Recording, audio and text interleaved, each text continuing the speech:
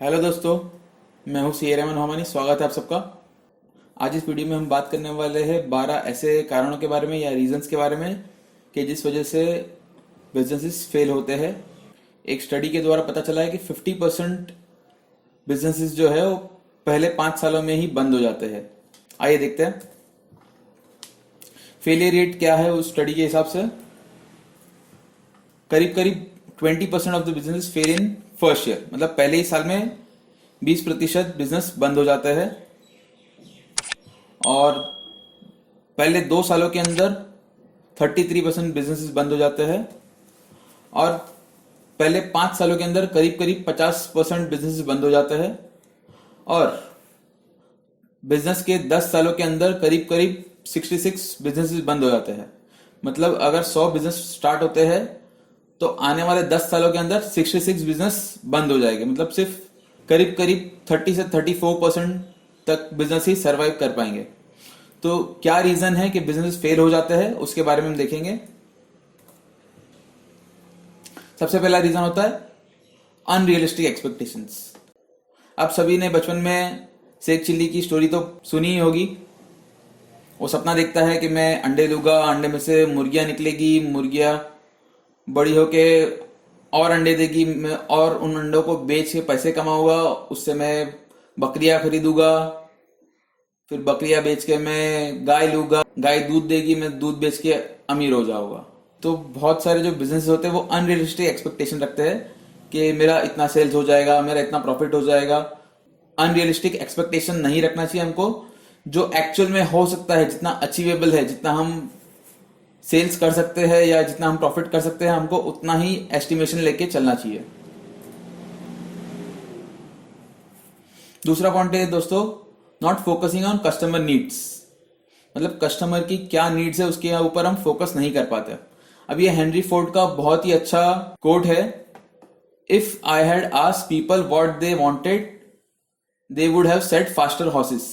ये Henry Ford तब की बात कर रहे हैं जब ही घोड़ा गाड़ी चला करती थी और जो कार्स वगैरह है वो सिर्फ अमीरों के पास ही हुआ करती थी।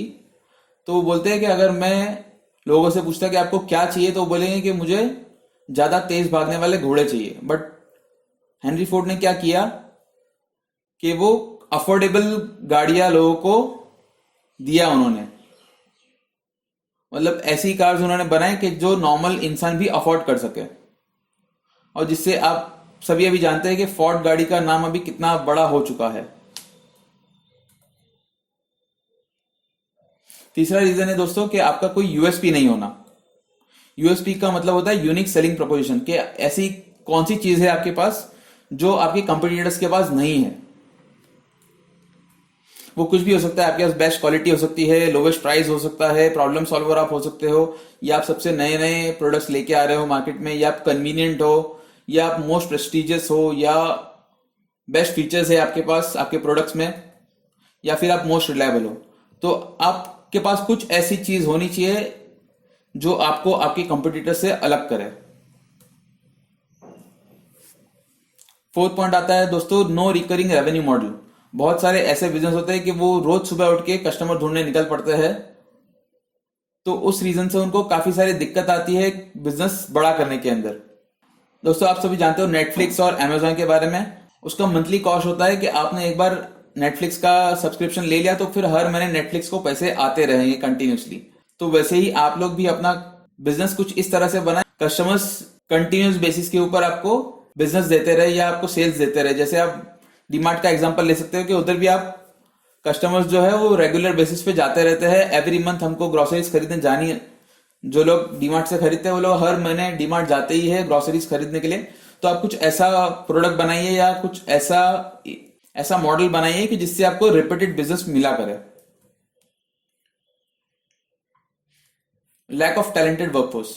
दोस्तों टैलेंटेड वर्कफोर्स होना भी बहुत ही जरूरी है कि हम अकेले कुछ नहीं कर पाते, हमको एक टीम की जरूरत पड़ती है। जैसे आपने अकबर राजा के बारे में सुना ही होगा, उनके नवरत्न थे उनके पास जो उनको उनकी जो राजपाट है वो चलाने में मदद करते थे। आप भी अगर अकेले बिजनेस करने निकल पड़ेंगे तो आप बहुत बड़ा बिजनेस नहीं कर पाएंगे। उसके लिए आपको एक टैलेंटेड वर्कफोर्स की जरूरत पड़ेगी।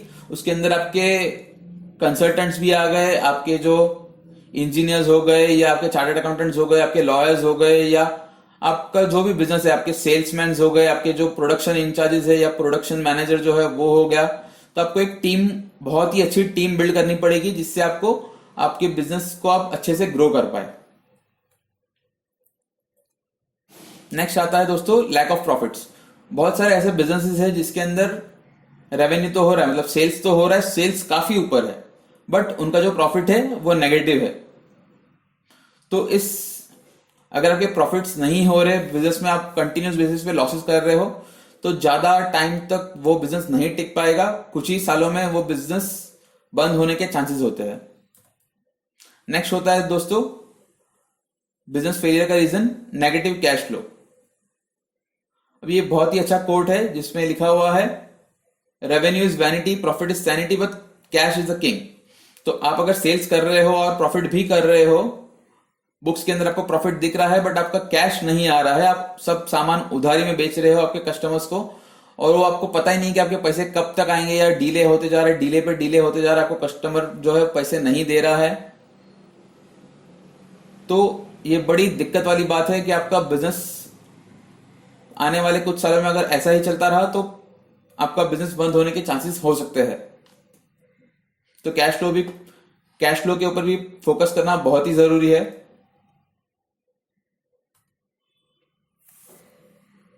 नेक्स्ट आता है दोस्तों लैक ऑफ स्केलेबिलिटी। अगर आप अभी अपना बिजनेस आपके सिटी के अंदर कर रहे हो या आपके लोकल एरिया में कर रहे हो, तो उसको आप सिटी के ऊपर लेके जाइए, फिर सिटी से आप स्टेट पे लेके जाइए, स्टेट से कंट्री पे लेके जाइए, और कैसे आप अपना बिजनेस पूरे वर्ल्ड में फैला सकते हो उसके बारे में प्लानिंग करना पड़ेगा आपको। अगर आप ये प्लानिंग नहीं कर पाते और आप आपके ही लोकल एरिया में ही आप बहुत ही अच्छा बिजनेस कर रहे हो, तो वो बिजनेस आपका बहुत बड़ा नहीं हो सकता, आप छोटे में ही पड़े रहेंगे, या आप कह लीजिए कुएं के मेंढक बन के रह जाएंगे। तो आपको ये सोचना पड़ेगा, आप ये प्लानिंग करना पड़ेगा कि कैसे आप ये आपका बिजनेस ग्रो कर पाएंगे। No planning for worst situation. दोस्तों बिजनेस का एक थंब रूल होता है कि अगर आप बिजनेस करने निकलते हो तो आपको लॉसेस के लिए भी प्रिपेयर्ड रहना पड़ेगा।